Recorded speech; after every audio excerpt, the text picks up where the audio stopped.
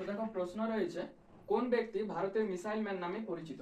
তো এখানে দেখো অপশন আছে কে সিওয়ান, সর্দার বল্লভভাই প্যাটেল, এপিজে আব্দুল কালাম, নাকি খান আব্দুল গফর খান। তো দেখো, যদি কে সিওয়ান বলে তো কে সিওয়ানকে বলা হয় রকেট ম্যান। রকেট ম্যান বলা হয় কে সিওয়ানকে। আচ্ছা, রকেট ওমেন যদি বলে তো রকেট ওমেন বলা হয় ঋতু কারিধওয়ালকে।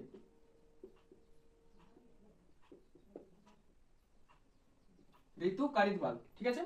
আচ্ছা, সর্দার বল্লভভাই প্যাটেল যদি বলে তো একে কি বলা হয়? সর্দার বল্লভভাই প্যাটেলকে বলা হয় iron man of India.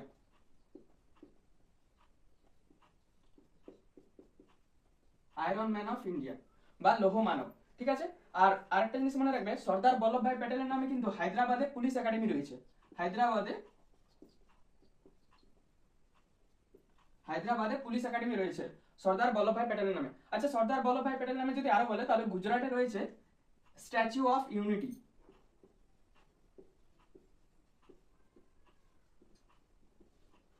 Statue of unity, যার উচ্চতা কত? 182 মিটার। আর এর ডিজাইনার হলো রামবি সুতার, মনে রাখবে। আচ্ছা, এর এই কোয়েশ্চেন হলো কোন ব্যক্তি ভারতের মিসাইল ম্যান নামে পরিচিত?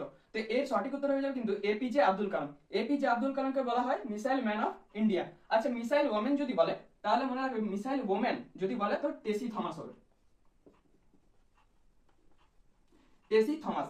আচ্ছা, তারপর দেখো খান আব্দুল গফর খান, এনাকে কি বলা হয়? এনাকে বলা হয় সীমান্ত গান্ধী বা এনাকে বলা হয় সীমান্ত গান্ধী